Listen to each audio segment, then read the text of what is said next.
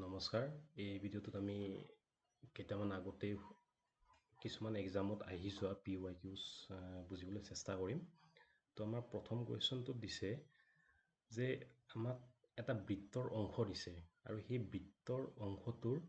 কালিৰ পৰিমাণ আমাক দিছে 308 বৰ্গ চেণ্টিমিটাৰ তদুপৰি আমাক দি দিছে যে এই বৃত্তটোৰ বা এই বৃত্তাংশটোৰ যিটো কেন্দ্ৰৰ কোণ সেই কেন্দ্ৰৰ কোণটো হৈছে 45 ডিগ্ৰী অৰ্থাৎ এইটো এটা বৃত্ত এই বৃত্তটোৰ পৰা এটা অংশ কাটি উলিওৱা হৈছে আৰু সেই বৃত্তাংশটোৰ এৰিয়া হৈছে 308 আৰু এই যিটো কেন্দ্ৰৰ কোণ সেই কোণটো আমাক দি দিছে 45 ডিগ্ৰী তো এতিয়া আমাক কুৱেশ্যনটো সুধিছে এই বৃত্তটোৰ ব্যাসাৰ্ধ বা ৰেডিয়াছ কিমান হ'ব তো আমি প্ৰায় ক্লাছ 8-9 মানত পাইছিলোঁৱে যে যদিহে আমাক এটা বৃত্তাংশ দিয়া থাকে আৰু এই বৃত্তাংশটোৰ কেন্দ্ৰৰ কোণটো আমাক দি দিয়ে তেতিয়াহ'লে আমি সেই বৃত্তাংশটোৰ এৰিয়াটো ওলাব পাৰোঁ আৰু সেই এৰিয়া উলিওৱা সূত্ৰটো হৈছিলে এইটো পাই আৰ স্কুৱেৰ বাই 360 ডিগ্ৰী ইনটু থিটা এইটো কেনেকৈ ডিৰাইভ কৰিছিলোঁ আমি এবাৰ বুজি লওঁ আমি যে আগতে ঐকিক অংক কিছুমান কৰিছিলোঁ যে 10টা কলমৰ দাম যদি 100 টকা তেতিয়াহ'লে এটাৰ কিমান এতেকে তিনিটাৰ কিমান তো এই সেম প্ৰচিডিউৰটো এপ্লাই কৰি আমি এই ফৰ্মুলাটো ডিৰাইভ কৰিছিলোঁ আমি এটা বস্তু জানো যে এটা বৃত্তৰ কেন্দ্ৰত 360 ডিগ্ৰী কোণ থাকে তো এই বস্তুটো আমি এনেদৰে লিখিব পাৰোঁ যে 360 ডিগ্ৰীত আমি এৰিয়া কিমান পাওঁ বৃত্ত এটাৰ পাই আৰ স্কুৱেৰ এতেকে 1 ডিগ্ৰী কোণ এটাত আমি এৰিয়া কিমান পাম পাই আৰ স্কুৱেৰ বাই 360 ডিগ্ৰী এতেকে থিটা ডিগ্ৰী মানে এই বৃত্তাংশটোৰ এই অংশটোৰ কথা কৈছোঁ গতিকে এই থিটা ডিগ্ৰীত আমি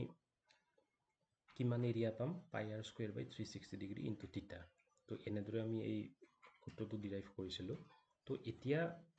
আমাক যিহেতু বৃত্তাংশটোৰ এৰিয়া দিয়া আছে 308 আমি ইয়াতে পুট কৰিলোঁ তাৰপিছত পাই আৰ স্কুৱেৰ 360 ডিগ্ৰী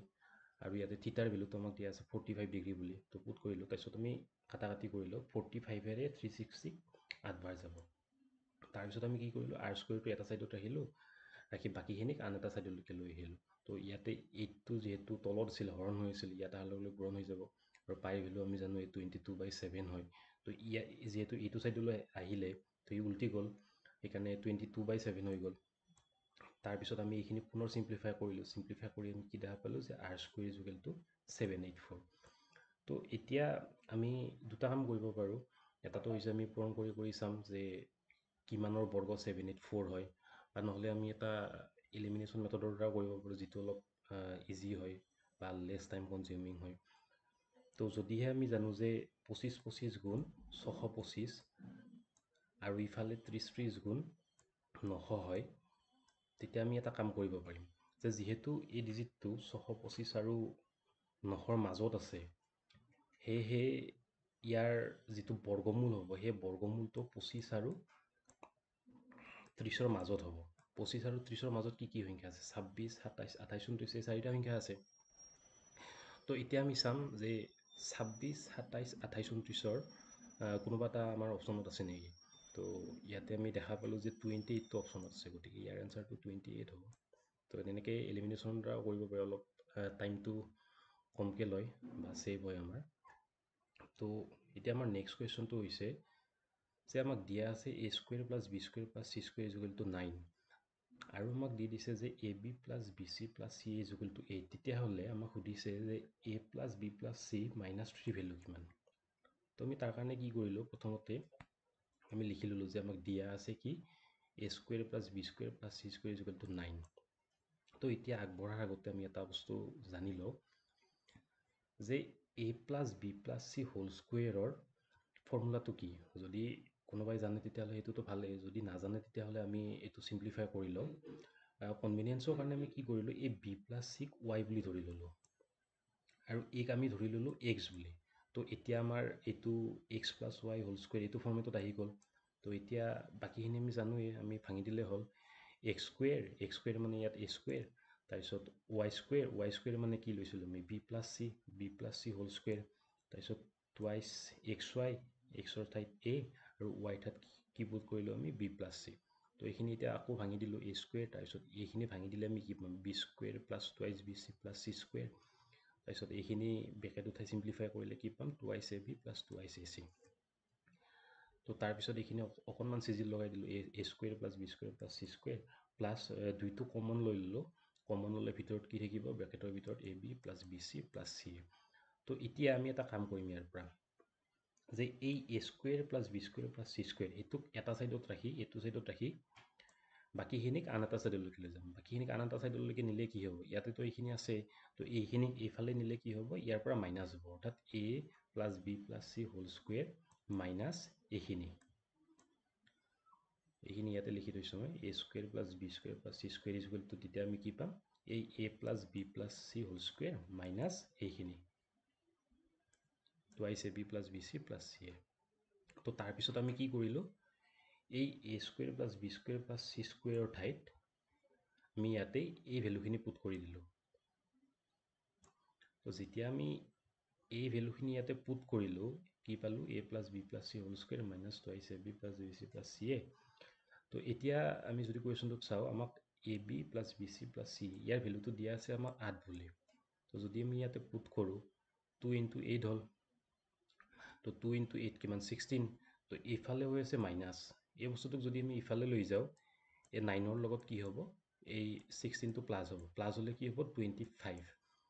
আৰু ইফালে square a plus B plus C whole square হৈ আছে তো এইফালে নিলে ইফালে কি হ'ব 25ত এইটো ৰুট আহি যাব ৰুট 25ৰ ৰুট কিমান হ'ব আমি এনচাৰ কি পাম 5 পাম তো আমাক এনচাৰটোত কুৱেশ্যনটোত সুধিছে কি যে a plus B plus c minus 3 value কিমান তো a প্লাছ বি প্লাছ চিৰ ভেলু আমি পালোঁ 5 তো 5ৰ পৰা 3 গ'লে কিমান 2 তো এনচাৰটো হ'ব 2 তো এতিয়া নেক্সট কুৱেশ্যনটো হৈছে যে আমাক সুধিছে যে 4 আৰু 7ৰে হৰণ যোৱা আটাইতকৈ ডাঙৰ সংখ্যা কোনটো তো এতিয়া কথাটো হৈছে কি যে যেহেতু এইটো এটা ট্ৰিপল ডিজিটৰ সংখ্যা বহুতে কৰিব কি যে 4 আৰু 7ৰে মানে হৰণ কৰি চাব ঠিক আছে এইটো ট্ৰিপল ডিজিটৰ সংখ্যাৰ কাৰণে মানে বস্তুটো সিমান এটা টাফ নহ'ব কিন্তু যদিহে ট্ৰিপল ডিজিটৰ ঠাইত 4টা বা 5টা ডিজিট দি দিয়ে বা 6টা ডিজিট দি দিয়ে তেতিয়া মানে সেই বস্তুৰ দ্বাৰা মানে কামত নাহিব বা বহুত মানে টাইম কনজিউম কৰিব তো তাৰ কাৰণে আমি প্ৰচেছটো চাই লওঁ তো আমি কি কৰিব লাগিব প্ৰথমতে এই 4 আৰু 7ৰ লসাও ওলাই ল'ব লাগিব অৰ্থাৎ এলচিয়ামটো আমি ওলাই ল'ব লাগিব তো ইয়াত এলচিয়ামটো ওলাই ল'লে আমি কি পাম 28 পাম তো তাৰপিছত ইয়াত আমি এটা বস্তু ন'টিছ কৰিছোঁ যে যদিও বা মানে কুৱেশ্যনটোত এইটো দি দিয়া নাই যে তলৰ কোনটো 3 ডিজিট নাম্বাৰ 4 আৰু 7ৰে বিভাজিত হোৱা আটাইতকৈ ডাঙৰ সংখ্যা কিন্তু আমি এনচাৰ অপশ্যনকেইটা চাই মানে এইটো গেছ কৰিব পাৰিছোঁ যে গোটেইকেইটা ট্ৰিপল ডিজিট নাম্বাৰ তো সেইকাৰণে ইয়াতে কুৱেশ্যনটো যদি আমি এনেকৈ মডিফাই কৰি লওঁ যে find the largest triple digit number divisible by 4 and 7 তো এনেকৈ মডিফাই কৰি ল'ব পাৰোঁ আমি অপশ্যনকেইটা চাই গেছ কৰি তো এতিয়া আমি কি কৰিম যে আটাইতকৈ ডাঙৰ ট্ৰিপল ডিজিট সংখ্যাটো আমি লিখি ল'ম যে আমি জানো যে আটাইতকৈ ডাঙৰ ট্ৰিপল ডিজিট সংখ্যাটো হৈছে 999 তাৰপিছৰ পৰা 4 ডিজিট আৰম্ভ হৈ যায় তো এতিয়া আমি কি কৰিম এই এলচিয়ামটো যে পালোঁ আমি 28 এই 28ৰে এই ডাঙৰ সংখ্যাটোক কি কৰিম আমি ডিভাইড কৰিম তো যেতিয়া আমি হৰণ কৰিলোঁ হৰণ কৰাৰ পিছত আমি ৰিমাইণ্ডাৰ কি পাম আমি ৰিমাইণ্ডাৰ পাম 19 ৰিমাইণ্ডাৰ মানে বাকী আমি বাকী পাম 19 তো এই ৰিমাইণ্ডাৰ বা বাকীটোৱে এই বস্তুটো আমাক ইংগিত দিয়ে যে যেতিয়া আমি এই এলচিয়ামটোৰে ইয়াক হৰণ কৰিলোঁ হৰণ কৰাৰ পিছত আমি কি পালোঁ 19 অৰ্থাৎ 28ৰে হৰণ যোৱা আটাইতকৈ যিটো ডাঙৰ তিনিটা অংক বিশিষ্ট সংখ্যা সি এই 999ৰ পৰা 19 কম বা 19 আঁতৰত আছে এই বস্তুটো যদি চিম্প্লিফাই কৰি আমি এটা সৰু সংখ্যাৰে চাওঁ তেতিয়া ভালকৈ বুজি পাম যে ছাপ'জ আমাক সুধিছে 2ৰে হৰণ যোৱা আটাইতকৈ ডাঙৰ একক অংক বিশিষ্ট সংখ্যা কোনটো আমি এইটো সকলোৱে জানো যে এইটো 8 হয় এই বস্তুটো যদি আমি এই প্ৰচেছটোৰ দ্বাৰা বুজিবলৈ চেষ্টা কৰোঁ এনেকুৱা ধৰণৰ হ'ব যে আমি এনচাৰটো ওলাৰ আগতে আমি এইটো ওলাই ল'ব লাগিব যে আটাইতকৈ ডাঙৰ একক অংক বিশিষ্ট সংখ্যা কোনটো সেইটো হৈছে 9 তো আমি যদি 9ক 2ৰে ডিভাইড কৰোঁ বা হৰণ কৰোঁ, ইয়াত যেনেকৈ আমি 28ৰে আটাইতকৈ ডাঙৰ ট্ৰিপল ডিজিট সংখ্যাটোক আমি হৰণ কৰিছিলোঁ, তো ইয়াতো যদি আমি 2ৰে 9ক হৰণ কৰোঁ, তো তেতিয়া আমি ৰিমাইণ্ডাৰ কি পাম? তো আমি ৰিমাইণ্ডাৰ পাম বা বাকী পাম 1। অৰ্থাৎ এই ৰিমাইণ্ডাৰ বা বাকী 1টোৱে এই বস্তুটো সূচাইছে যে 2ৰে হৰণ যোৱা আটাইতকৈ ডাঙৰ একক অংশ বিশিষ্ট সংখ্যাটো এই 9ৰ পৰা 1 আঁতৰত আছে, অৰ্থাৎ 8। তো ঠিক একেদৰে এই বস্তুটো ইয়াৰ ক্ষেত্ৰতো খাটে। ই আমাক বুজাইছে যে 7 আৰু 4ৰে হৰণ যোৱা, অৰ্থাৎ 28ৰে হৰণ যোৱা আটাইতকৈ ডাঙৰ সংখ্যাটো এই 999ৰ পৰা 19 কম বা 19 আঁতৰত আছে, 19 ঘৰ আঁতৰত আছে। অৰ্থাৎ আমি 999ৰ পৰা যদি 19টো বিয়োগ কৰি দিওঁ, তেতিয়া আমি কি পাম? 980। তো ইয়াৰ এনচাৰটো হ'ব 980। তো এতিয়া নেক্সট কুৱেশ্যন এটা হৈছে, এইটো নাম্বাৰ এনালজি কুৱেশ্যন হয়। আমাক দিয়া আছে 2:5। তো আমাক এতিয়া সুধিছে যে 7:, ইয়াত কি হ'ব এনচাৰ? তো এই কুৱেশ্যনটো দেখাৰ লগে লগে হয়তো মেক্সিমামে ছল্ভ কৰিবৰ কাৰণে জঁপিয়াই পৰিব আৰু এনচাৰ মাৰিব 15। কিন্তু মানে এইটো এক প্ৰকাৰৰ গুগলি টাইপৰ হয়, যে ইয়াত মেক্সিমামে কৰিব কি যে 5 মানে কি 2 × 2 + 1 5। তো ইয়াত ঠিক একেদৰে কি কৰিব 7 × 2 + 1 কৰি 15 মাৰিব, কিন্তু এনচাৰটো 15 নহয়। 15 এনচাৰটো মানে কাৰেক্ট হয়, কিন্তু লেছ কাৰেক্ট। ইয়াতকৈ মোৰ কাৰেক্ট এনচাৰ এটা ইয়াতে আছে। তো তাৰ কাৰণে আমি বুজিব লাগিব প্ৰায়ৰিটি লিষ্টৰ কনচেপ্ট এটা। তো এটা অংকৰ দ্বাৰা গোটেইটো বুজাই দিয়াটো সম্ভৱ নহয় বাৰু, বাট ষ্টিল চেষ্টা কৰিছোঁ যে আমি যেতিয়া নাম্বাৰ এনালজিৰ কুৱেশ্যন ছল্ভ কৰোঁতে আমি যিসমূহ এপ্ৰ'চ ফ'ল' কৰোঁ, সেই এপ্ৰ'চসমূহক আমি মানে কি কৰোঁ, প্ৰায়ৰিটি হিচাপত মানে লিষ্ট কৰোঁ, যে এই এপ্ৰ'চটোক আমি প্ৰথম প্ৰাধান্যতা দিম, এইটোক ছেকেণ্ড দিম, এইটোক থাৰ্ডত দিম। তো তেনেকৈ তো আটাইতকৈ সৰ্বাধিক প্ৰাধান্যতা দিয়া ফেক্টৰটো হৈছে প্ৰাইম নাম্বাৰ ফেক্টৰ। দ্বিতীয়তে হৈছে মাল্টিপ্লিকেশ্যন বা ডিভিজন, তাৰপিছত এডিশ্যন, আৰু আটাইতকৈ শেষত থাকে ছাবষ্ট্ৰেকশ্যন। তো ইয়াতে যদি আমি চাওঁ যে 2টো এটা প্ৰাইম নাম্বাৰ,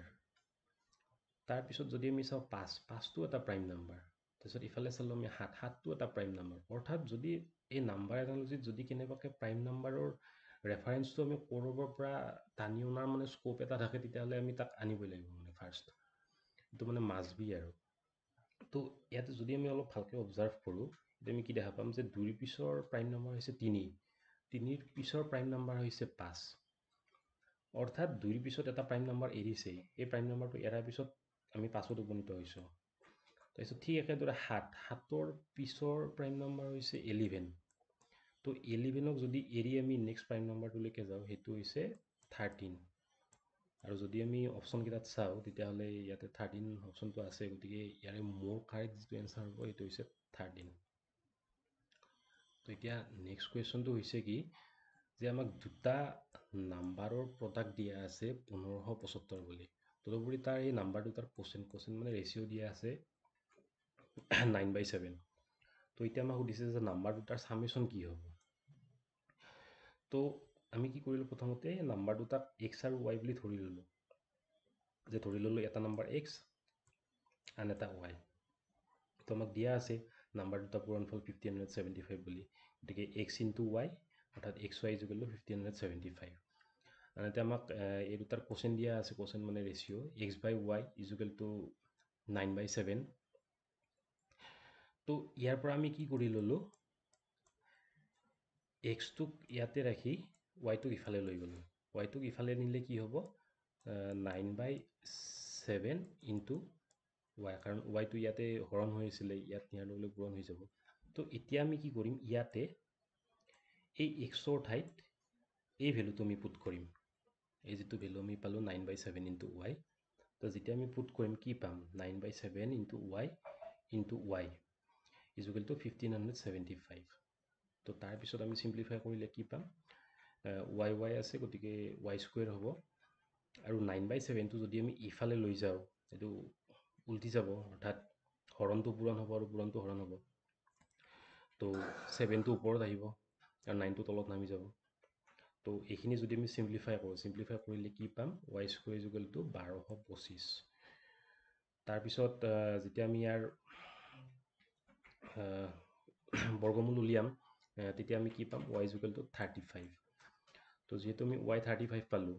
তো এতিয়া আমি ইয়াৰ পৰা x ৰ ভেলুটো আমি উলিয়াব পাৰোঁ x ইজ ইকুৱেল টু কি আছিলে 9/7 ইনটু y গতিকে x is equal two 9/7 into y y ৰ ভেলুটো আমি কি পালোঁ 35 তো 35 হ'লে 7ৰে 5 বাৰ যাব তো ইফালে 9 5 গুণ 45 তো তাৰপিছত আমাক কি সুধিছিলে কুৱেশ্যনটোত সুধিছিলে যে নাম্বাৰ দুটাৰ সামেশ্যন কিমান হ'ব তো সামেশ্যন আমি কি পাম 45 প্লাছ 35 80 অৰ্থাৎ এনচাৰ নম্বৰ কোনটো হ'ব 18 নম্বৰটো হ'ব তো এইখিনি আছিলে